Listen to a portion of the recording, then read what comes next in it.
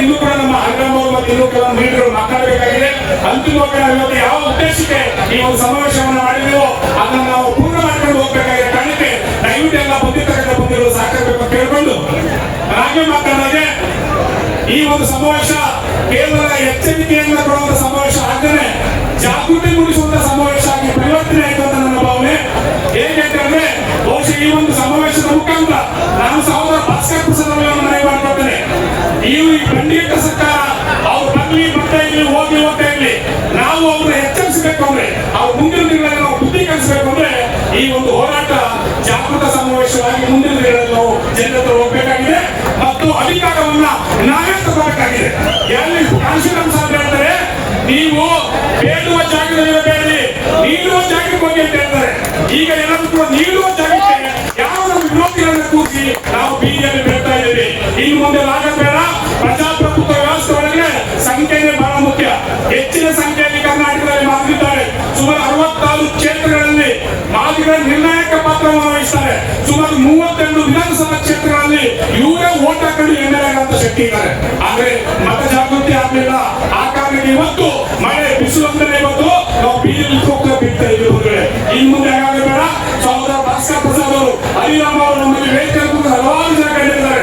ಈ ಒಂದು ಏನು ಹೋರಾಟ ಇದೆಯೋ ಇದನ್ನ ಜಾಗೃತವಾಗುವಂತ ಪರಿವರ್ತನೆಯನ್ನ ಮಾಡಿ ಇದನ್ನ ಹಳ್ಳಿಗಳಿಗೆ ತಗೊಂಡೋಗಿ ಮತ ಜಾಗೃತಿಯನ್ನು ಮಾಡೋದ್ರ ಮುಖಾಂತರ ಬಹುಶಃ ಹರಿರಾಮ್ ಅವರು ಮಾತಾಡ್ತಾ ಇದ್ರು. ಇಷ್ಟಕ್ಕೆ ನಿಲ್ಲಬಾರ್ದು. ಮತ ಜಾಗೃತಿಯಾಗಿ ರಾಜ್ಯಾಧಿಕಾರವನ್ನು ಹಿಡಿಯುವ ತನಕ ನಾವು ಹೋರಾಟವನ್ನ ಮಾಡಬೇಕು. ಬಾಬಾ ಸಾಹೇಬ್ ಅಂಬೇಡ್ಕರ್ ಹೇಳಿದ್ರು, ರಾಜ್ಯಾಧಿಕಾರವನ್ನು ಹಿಡಿಯುವಂತ ಕೆಲಸವನ್ನ ಮಾಡಿ ಅಂತೇಳಿ. ಆ ರಾಜ್ಯಾಧಿಕಾರವನ್ನು ಹಿಡಿಬೇಕಂದ್ರೆ ಅದಕ್ಕೆ ಏನೇನು ಆಯುಧಗಳು ಬೇಕಾಗಿದೆ ನಮಗೆ ಅದೆಲ್ಲವನ್ನು ಕೂಡ ನಾನು ಹೋರಾಟವನ್ನು ಮಾಡಿಕೊಟ್ಟಿದ್ದೇನೆ. ಅದ್ರ ಬಹಳ ಪ್ರಮುಖವಾದಂತ ಅಸ್ತ್ರ ಅಂದ್ರೆ ಅದು ಮತ ಮತ್ತು ಪ್ರಜಾಪ್ರಭುತ್ವವನ್ನು ಕೊಟ್ಟಿದ್ದಾರೆ ಮತ್ತು ಮತದಾನವನ್ನು ಆಯುಧವನ್ನು ಕೊಟ್ಟಿದ್ದಾರೆ. ಅದನ್ನ ಬಳಸಿದ್ದಾದ್ರೆ ಭವಿಷ್ಯ ನಾವು ಇಲ್ಲೇನು ಬೀದಿ ಕೂತಿದೀವೋ ಅದು ಮುಂದೆ ತಲೆಮಾರಿನ ಮಕ್ಕಳು ಯಾರು ಬೀದಿ ಕೂಡುವಂತ ಅವಕಾಶ ಆಗಲ್ಲ. ಆ ಕಾರಣಕ್ಕೆ ನಾವು ಇವತ್ತಿನ ದಿನ ಏನಿದೆಯೋ ಅದನ್ನ ಬರೋ ತನಕ ವೇಟ್ ಮಾಡೋಣ. ನಾವಿರಲಿಲ್ಲ ಈ ಒಂದು ಸಂದರ್ಭವನ್ನ ಒಂದು ಘಟನೆಯನ್ನ ಹೇಳೋದ್ರ ಮುಖಾಂತರ ಲಜ್ಜೆಗೆಟ್ಟಂತ ಸರ್ಕಾರ, ಮಂಡಿಯಟ್ಟ ಸರ್ಕಾರ ಯಾವ ಪದ್ಧತಿಯಲ್ಲಿ ಬರಬೇಕಂತೆ ಇವತ್ತು ಸಮಾವೇಶ ಏನಾಗ್ತದಂತೆ ಇತಿಹಾಸದ ಒಂದು ಘಟನೆಯನ್ನ ಹೇಳೋದ್ರ ಮುಖಾಂತರ ನಾನು ಮಾತನ್ನ ಮುಗಿಸಿದ ಬಂದ್ರೆ 1818ರಲ್ಲಿ ಭಾರತ ದೇಶದಲ್ಲಿ ಹಲವಾರು ಹೋರಾಟಗಳು ನಡೆದಿದ್ದಾವೆ. 1818ರಲ್ಲಿ ಒಂದು ಹೋರಾಟ ನಡೆದಿದೆ. ನೀವೆಲ್ಲ ಗೊತ್ತಿದೆ, ಅದು ಭೀಮಾ ಕೊರೆಗಾಂವ್ ಅಂತೇಳಿ.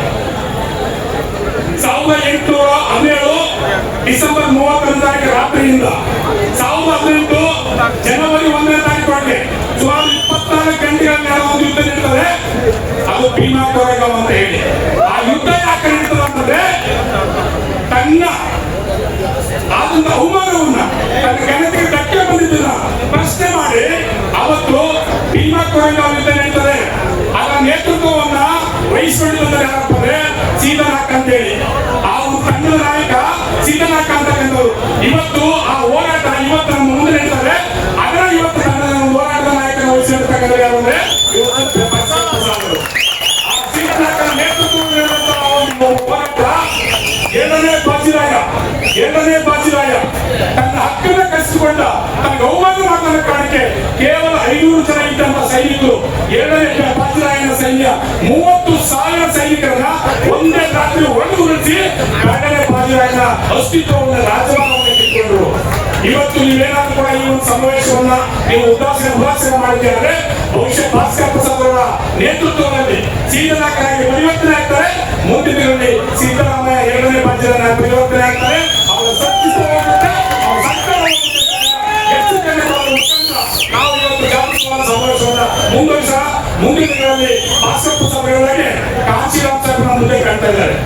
ಎಲ್ಲರ ಹಣವನ್ನು ಕೊಟ್ಟು, ದುಡ್ಡನ್ನು ಕೊಟ್ಟು, ಎಂಡವನ್ನು ಕೊಟ್ಟು, ಆಮಿಷವನ್ನು ಒಡ್ಡಿ ಸಮಾವೇಶಕ ಜನರನ್ನ ಕರ್ಕೊಂಡು ತುಂಬಿ ಎಬ್ಬಿಸಿ ಹೋಗುವಂತ ಸಂದರ್ಭದಲ್ಲಿ ಇವತ್ತು ಕಾಂಚೀರಾಮ್ ಸಾಹೇಬರು ಒಂದು ಓಟನ್ನು ಕೂಡಿ, ಒಂದು ನೋಟನ್ನು ಕೂಡಿ ಹೇಳಿ ಜನರ ಹತ್ರ ಒಂದು ಓಟ್ ತಕೊಂಡು ಕರ್ನಾಟಕ ರಾಜ್ಯದಲ್ಲಿ ಮಾದರಿ ರಾಜಕಾರಣಿಯಾಗಿ ಒಂದು ಕರ್ನಾಟಕದ ಸ್ವಾಭಿಮಾನ ರಾಜಕಾರಣ ಚಿಂತನೆ ಬಿಟ್ಟದ್ದು ಕಾಂಚೀರಾಮ್ ಸಾಹೇಬರು. ಇಂಥ ಒಂದು ಚಳವಳಿಯನ್ನು ನಾವು ಮುನ್ನಡೆಸಬೇಕಂತ ಸಂದರ್ಭ ನಮ್ಮ ಮುಂದೆ ಇದೆ.